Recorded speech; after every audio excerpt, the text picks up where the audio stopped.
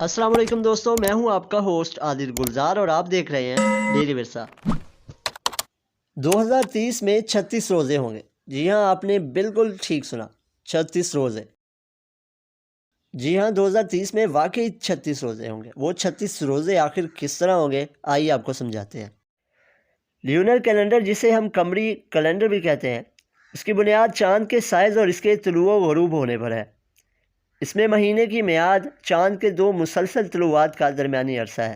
یہ عرصہ 29 یا 30 دن کا ہوتا ہے اور اس کی ابتدا اور انتہا روایت ہلال پر منحصر ہوتی ہے۔ ایک قمری ماہ کا کل دورانیہ 29 دن ہے۔ اس طرح قمری سال کا کل دورانیہ 354 دن بنتا ہے۔ اس تقویم کے مطابق مہینہ کبھی 29 دن کا ہوتا ہے اور کبھی 30 دن کا۔ ہر پہلی رات کے چاند سے مہینے کا آغاز ہوتا ہے۔ جب 29 دنوں کے بعد نظر آ جائے تو مہینہ 29 کا ورنہ 30 کا۔ یہ طریقہ سب سے پرانا ہے اور سب سے آسان ہے۔ چنانچہ پہلے زمانے کے لوگ چاند کو دیکھ کر دن گنا کرتے تھے، اور چونکہ چاند کا سائز ہر روز بدلتا رہتا ہے، اس لیے اس کے ذریعے حساب لگانا بہت ہی آسان ہے۔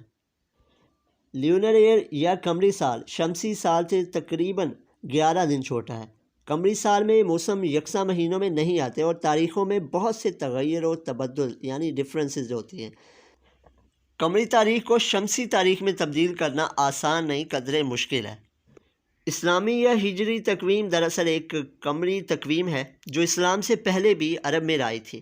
بعد میں اسے حضرت محمد مصطفیٰ صلی اللہ علیہ وآلہ وسلم کی ہجرت کو بنیاد بنا کر اس میں مناسب تبدیلیاں کر کے نئے سرے سے شروع کیا گیا۔ آپ میں سے بہت سے لوگ ابھی تک سمجھ چکے ہوں گے کہ آخر 36 روزے ہوں گے کیسے۔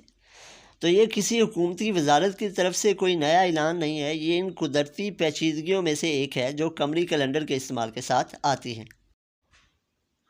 رمضان المبارک ہائی اسپیک دوربین کے وقت سے پہلے نیکڈ آئی سے چاند دیکھ کر دیکھا جاتا تھا۔ قمری کیلنڈر اور چاند کا چکر وہی ہے جو بتاتا ہے کہ رمضان کب آئے گا۔ انفیکٹ قمری مہینے کا ایک حصہ یہ ہے کہ یہ ہر سال 10 یا 11 دن آگے بڑھتا ہے۔